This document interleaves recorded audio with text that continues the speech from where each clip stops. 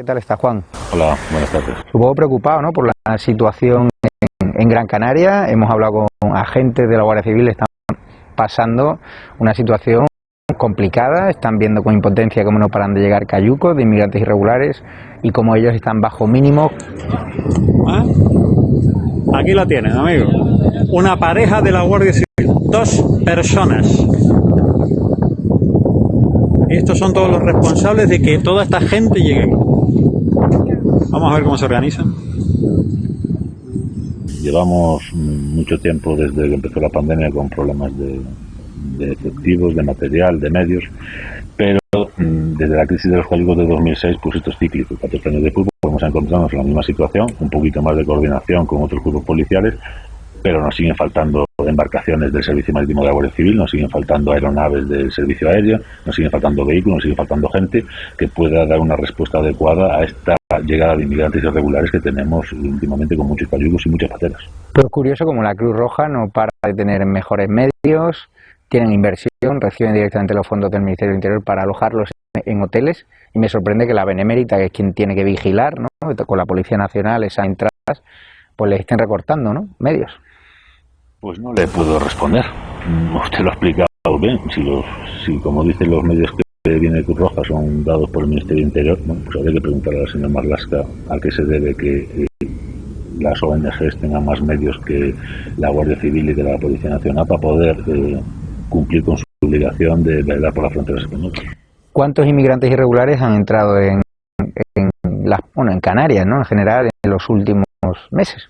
Pues no se lo puedo decir, no se lo puede decir ni yo ni nadie. Le podrán decir los que ha rescatado el Salvamento Marítimo, los que ha rescatado la Guardia Civil, los que han estado internados en algún centro de internamiento o alojados en algún hotel gestionado por Cruz Roja, pero la cifra nunca se sabrá. ¿Cuál es el perfil? Es decir, usted lleva mucho tiempo en Gran Canaria, hace unos años, 2004, el perfil de personas que venían en una patera era personas necesitadas, veíamos las imágenes, personas ateridas de frío, y ahora vemos que llegan con zapatillas Nike, con teléfonos de última generación y que los meten en hoteles de lujo. El perfil parece que ha cambiado, ¿no? Pues tal y como lo ha pintado, cambia mucho. En el 2000, yo la primera vez que tuve contacto con pateles seriamente fue en el 2002-2004 en Lanzarote, donde venían totalmente agarrotados, muertos de frío, donde había que asistirlos porque se podían morir. De hecho, muchos fallecieron en el traslado, al llegar a costa, hubo muchos fallecidos en Lanzarote. Y bueno, pues ahí se diferenciaba los que eran de origen árabe y los que eran de origen subsahariano, totalmente distintos. O sea, los árabes escapaban y los subsaharianos solo querían que les ayudases a llegar a tierra. Con la crisis de los cayucos, pues empezó lo mismo. O sea, era muy raro ver a un subsahariano que escapase de la policía. Lo único que querían era llegar a tierra porque era su salvación. O sea, que lo tienen que estar pasando muy mal en África para poder, o para hacer esa travesía, intentar emigrar a un país mejor. El problema ahora, lo que se está viendo en el medio de comunicación, son unas imágenes, bueno, que yo personalmente no lo entiendo. A plena luz del día, la playa Maspalomas, eso hace un daño terrible a la isla, ¿eh? Pues a la isla y a toda España, no solo a eso. Porque claro, llegan a la playa, los trasladan al muelle de Arguineguín, de ahí a hoteles de lujo y luego a Barajas, al aeropuerto de Las Palmas y rumbo a Madrid para luego repartirlos por todas las provincias. ¿Se les está haciendo PCRs? ¿Son focos de contagio? Pues no le puedo decir por una sencilla razón. Con la crisis de los cayucos de 2006 aprendí algo que no ocurría en aquella época. Los inmigrantes irregulares se llevaban a zona de Guardia Civil, eran recepcionados por Guardia Civil, eran reseñados, eran identificados, se pasa a Policía Nacional y se volvía a hacer el mismo trabajo. Ahora lo que se está haciendo es que directamente los reseña y los identifica Policía Nacional, y ellos son los que los custodian en el muelle Arguineguín, que es donde los tienen hasta ahora. Creo que por las últimas noticias van a cambiar de zona y los van a meter en un lugar habilitado. Entonces la Guardia Civil lo único que hace es interceptarlos en alta mar con las patrullas del Servicio Marítimo en costa, pero se directamente a Policía Nacional, que son los que tienen la competencia en extranjería. La Guardia Civil en Canarias no hacemos nada en tema de extranjería, a no ser pasárselos a Policía Nacional, que son los competentes. Ustedes tienen claro que hay una mafia organizada detrás de esta inmigración irregular, hay un negocio redondo para hoteleros, para ONGs, para personas que al otro lado del mar, ¿no?, tienen negocios interesantes para ellos, claro, en términos económicos, con la inmigración irregular, porque pagan los chavales entre 1.700 euros y ha tenido que ser una empresaria, la cadena de hoteles Río, las que les haya pagado los PCRs. ¿Estáis teniendo problemas a la hora de tener mascarillas quirúrgicas, tener PCRs? Cuando empezó todo esto de la pandemia, gracias a lo que venía atrás de la inmigración regular, pues normalmente todas las zonas de costa teníamos guantes, teníamos mascarillas, pero no era por el tema de la pandemia, sino porque como teníamos trabajo con inmigración regular, pues ya lo teníamos de antes. Entonces, material cada vez tenemos más. Hemos tenido un tiempo donde no había. De hecho, nosotros, la Asociación Unificada de Guardias Civiles, presentó una denuncia en Inspección de Trabajo porque a los guardias de tráfico les daban unas mascarillas que estaban caducadas. La Fiscalía la archivó porque consideraba que no era delito contra los derechos de los trabajadores, pero nosotros lo denunciamos y gracias a eso también se dotó más medios. A nosotros, a los guardias civiles del sur, también de la rama de la sanidad, pues un laboratorio también nos ha hecho pruebas gratuitas a todo el cuartel de vecindario, a todos los agentes de Santa Lucía y Tirajana, y la Guardia Civil los hace cuando estás en contacto con alguien, según dice el 112, o sea, lo que el Gobierno de Canarias y el Servicio Canario de Salud ordena. O sea, si estás en contacto con alguien que ha tenido síntomas o que tú tienes síntomas porque has estado en contacto con un positivo, pues te lo hacen. Si no, sí, no hay pocos agentes de la Guardia Civil, pocos agentes de la Policía Nacional. Cada día llegan más inmigrantes irregulares, algunos cargados de cuchillos, atléticos de gimnasio, es decir, no vienen en kenkles. Hay muchos espectadores de estado de alarma que preguntan si hay municipios en Gran Canaria que hay ya más inmigrantes irregulares que vecinos. ¿Qué va a pasar cuando una noche le dé por rebelarse en municipios donde no hay prácticamente presencia policial? ¿Cómo lo controlas cuando estáis bajo mínimos? Pues no tendría respuesta yo para eso. ¿Y Marlaska le habéis pedido más dotaciones desde los sindicatos? Nosotros del sindicato llevamos años pidiendo más medios materiales, patrulleras, helicópteros y aviones, coches, agentes, que se doten las plantillas 100%. Le voy a poner un ejemplo. La Guardia Civil saca una revista oficial todos los meses. En 1988 sacó una revista con una serie de datos donde decía que las plantillas que había en el aeropuerto y en el puerto de Gran Canaria.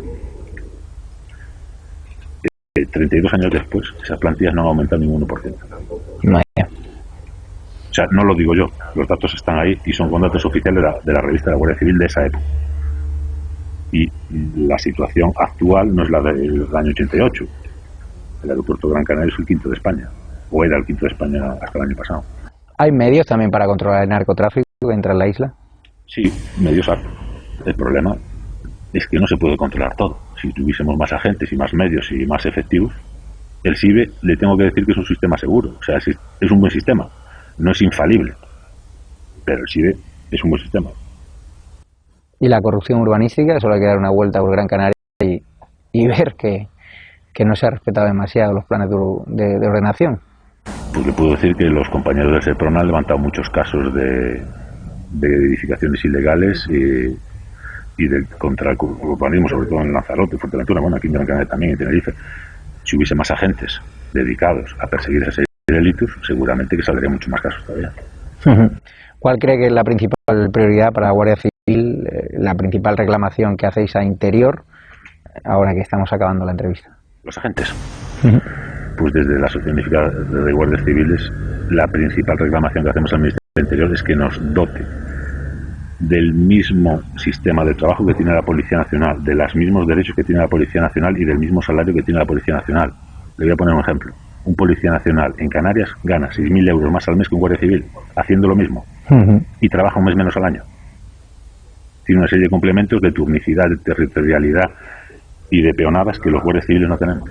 Y a nosotros se nos aplica el Código Penal Militar. Entonces, lo que nosotros pedimos es que nos equiparen en sueldo y en derechos con la Policía Nacional. Se está moviendo algo con la visita de Marlaska el próximo 4 de noviembre. Parece ser que quieren limpiar a Arguineguín de inmigrantes irregulares, que ya vemos cada vez menos. ¿Por qué les custodian con tantas medidas de seguridad? ¿Por qué hay tanto secretismo? ¿Por qué no se dejan hacer fotos, grabar imágenes? ¿Por qué hay una falta de transparencia? Pues es que no le puedo contestar a esas. No es porque no quiera, es que no me las sé. No le puedo responder a esas preguntas porque realmente el ministro creo que viene para la semana, tampoco es exactamente el día. Y por lo que están diciendo los medios de comunicación hoy, en Arguineguín estaban 300 inmigrantes y los estaban trasladando a otro lugar más acorde, que bastante están ahí aguantando los pobres en el muelle, que no es el mejor sitio. Lo que nos ha extrañado también es que hay muchos guardias a los que les extraña que Cruz Roja estaba intentando montar o estaba montando ya con carpas en el polígono de Aguinaga, un centro de internamiento, y al final no se había montado. Entonces desconocemos cuáles han sido los problemas políticos o burocráticos que ha tenido esto para tener a los inmigrantes en un muelle cuando estaban montando un campamento, digamos así, en el polígono de Aguinaga. Pues claro, lo más normal sería meter a los inmigrantes irregulares en campamentos militares, en otro tipo de instalaciones que no fuesen hoteles de lujo, porque al final el mensaje que traslada la opinión pública es con un 40% en Canarias, hay canarios que no se pueden permitir dormir en un hotel a pensión completa, y aquí se está fomentando esa inmigración irregular. Hay instalaciones al margen de hoteles, de la Guardia Civil, del Ejército, de la Policía Nacional, donde podrían ser alojados en unas condiciones dignas. De Guardia Civil, de Policía, lo dudo. Del Ejército ya ha ocurrido que en la otra crisis, en el 2006, los internaban en lo que era la antigua prisión militar que estaba en la Isleta. Entonces, no sé cómo estarán esas instalaciones y si estarán en condiciones de poder alojar a alguien o no. Estaba el CIE de Barranco Seco y el CIE de Fuerteventura. Ese CIE, de hecho, estuvo cerrado. Incluso una senadora de Gran Canaria en la legislatura pasada, la señora María José López, presentó una pregunta parlamentaria porque se estaban gastando 600.000 euros en un CIE que estaba cerrado y se facturaban comidas. Entonces, desconocemos exactamente qué ocurre, cuáles son las medidas, pero algo raro sí que suena. Pero no le podré decir exactamente cómo hacerlo. Pues muchísimas gracias, señor Couce, portavoz de la Sociedad Unificada de Guardia Civil. El sindicato sigan haciendo su trabajo y viva la Guardia Civil. Gracias a ustedes. Muchísimas gracias.